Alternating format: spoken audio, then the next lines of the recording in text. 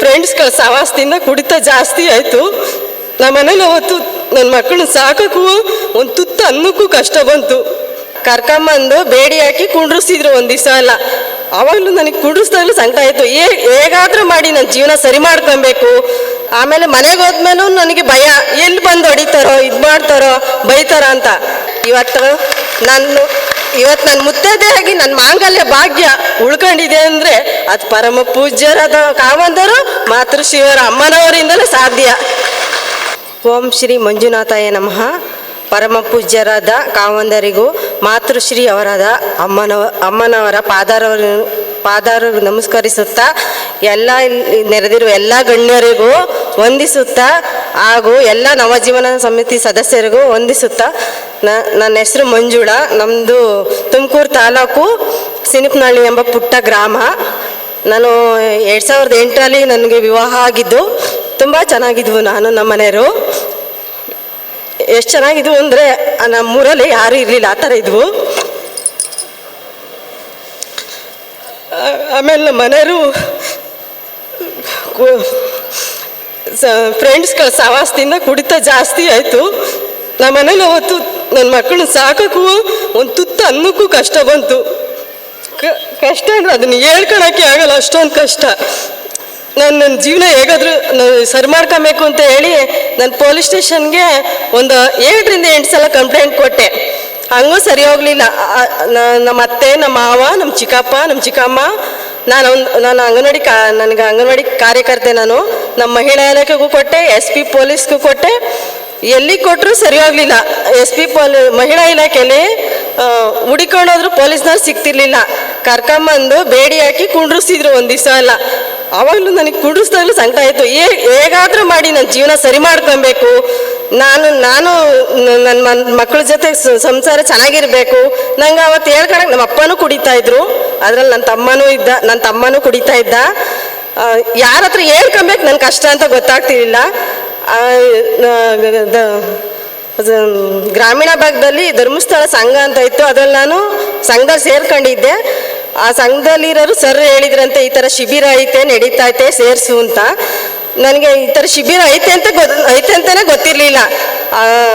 2017 ತಾರೀಕು 2017 9ನೇ ತಿಂಗಳಲ್ಲಿ ಶಿಬಿರ ಗುಳರ್ವೆಯಲ್ಲಿ ಶಿಬಿರ ನಡೀತಿತ್ತು. ಅವತ್ತು ನನ್ನ ಮನೆಯನ್ನ ಕರ್ಕೊಂಡೋಗಿ ಸೇರ್ಸೋಕ್ಕೆ ಕಷ್ಟ. ಎಣ್ಣೆ ಕುಡಿಯೋದು ಬಿಡಿಸ್ತೀನಿ ಬಾ ಅಂದರೆ ಬರ್ತಾರ, ಏನು ಮಾಡೋದು ತುಂಬ ಯೋಚನೆ ಮಾಡಿದೆ. ಅವ್ರಿಗೆ ಧರ್ಮಸ್ಥಳ ಸಂಘದಿಂದ ಸಂಘದಲ್ಲಿ ಇದ್ನಲ್ಲ, ಅವ್ರು ನನಗೆ 5,000 ದುಡ್ಡು ಕೊಡ್ತಾರೆ, ಬಾ ಸೈನ್ ಹಾಕಿವಿ ಅಂತ ಕರ್ಕೊಂಡೋಗಿ ಬಿಟ್ಟೆ. ಅಲ್ಲೂ ನನಗೆ ಕರ್ಕೊಂಡೋಗಿ ಬಿಟ್ಟಾಗ ಸುಮ್ಮನೆ ಕುಂತಿದ್ರು, ನನಗೆ ಟೀ ತಂದ್ಕೊಟ್ರು ಕುಡಿಯೋದಕ್ಕೆ. ಆಮೇಲೆ ಅಲ್ಲಿ ಫ್ರೆಂಡ್ ಇದ್ರು, ಅವ್ರು ಹೇಳಿದ್ರು ಏನಕ್ಕೆ ಬಂದಿದ್ದೀಯ ನೀವು ಅಂತ ಕೇಳಿದ್ರು. ಎಣ್ಣೆ ಕುಡಿಯೋದು ಅಲ್ಲೇ ಹೊಡೆಯಕ್ಕೆ ಬಂದರು. ನನಗೆ ಭಯ, ಆತಂಕ, ಯಾರು ಇಲ್ಲ ಏನು ಹೇಳ್ಕೊಬೇಕು ಅಂತ. ಸರ್ರಿಗೆ ಫೋನ್ ಮಾಡಿದೆ, ಸರಿ ಹೇಳಿದ್ರು ಅಲ್ಲಿ ಸೇರಿಸ್ಬಿಟ್ಟು ಹೋಗಮ್ಮ ನೀನು ಅಂತ. ಆಮೇಲೆ ಮನೆಗೆ ಹೋದ್ಮೇಲೂ ನನಗೆ ಭಯ, ಎಲ್ಲಿ ಬಂದು ಹೊಡಿತಾರೋ, ಇದು ಮಾಡ್ತಾರೋ, ಬೈತಾರೋ ಅಂತ. ಅದಾದಮೇಲೆ ಇನ್ನು 2 ದಿವಸಕ್ಕೆ ಫೋನ್ ಮಾಡಿದ್ರು ಬಟ್ಟೆ ಎಲ್ಲ ತಗಮ್ಮ ಅಂತ. ಅದಾದಮೇಲೆ ಬಟ್ಟೆ ಎಲ್ಲ ತಗೊಂಬಂದು ಕೊಟ್ಟೆ. ಆಮೇಲೆ ಅದಾದಮೇಲೆ ಶಿಬಿರ ಮುಗಿಸ್ಕೊಂಡು ನಾನು ಕೌನ್ಸಿಲಿಂಗ್ ಎಲ್ಲ ಹೋಗಿದ್ದೆ.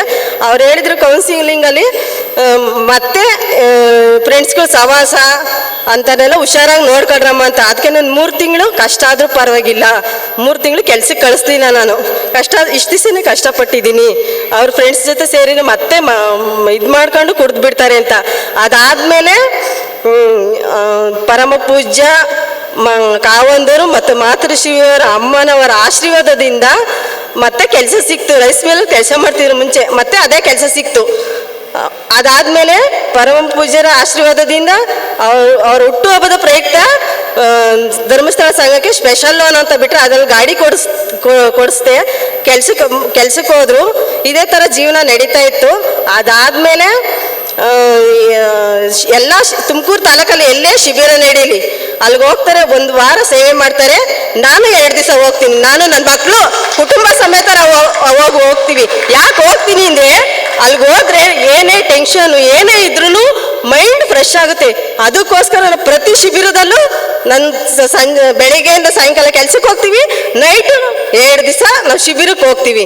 ಅದಾದ್ಮೇಲೆ 1 ವಾರ ಸೇವೆ ಮಾಡ್ತಾರೆ. ಎಲ್ಲೇ ಶಿಬಿರ ನಡೀಲಿ 2 ಪಾಕಿಟ್ ಅಕ್ಕಿ ತಾಂಡ ಕೊಡ್ತಾರೆ. ಅಳಿಲು ಸೇವೆ, ನಮ್ಮಿಂದ ಇನ್ನೊಬ್ಬರಿಗೆ ಒಳ್ಳೇದಾಗಬೇಕು.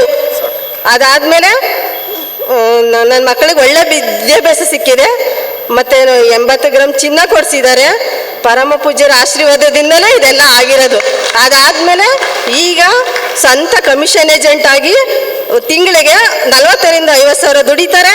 ಇವತ್ತು ನನ್ನ ಮುತ್ತೈದೆಯಾಗಿ ನನ್ನ ಮಾಂಗಲ್ಯ ಭಾಗ್ಯ ಉಳ್ಕೊಂಡಿದೆ ಅಂದರೆ ಅದು ಪರಮ ಪೂಜ್ಯರಾದ ಕಾವಂದರು ಮಾತೃಶ್ರೀಯವರ ಅಮ್ಮನವರಿಂದಲೇ ಸಾಧ್ಯ. ಇಷ್ಟು ಮಾತಾಡೋ ನನಗೆ ಅವಕಾಶ ಮಾಡಿಕೊಟ್ಟ ಪೂಜ್ಯರಿಗೂ ಗಣ್ಯರಿಗೂ ವಂದಿಸುತ್ತಾ ನನ್ನ ಮಾತುಗಳನ್ನು ಮುಗಿಸ್ತೀನಿ. ಅಭಿನಂದನೆಗಳು.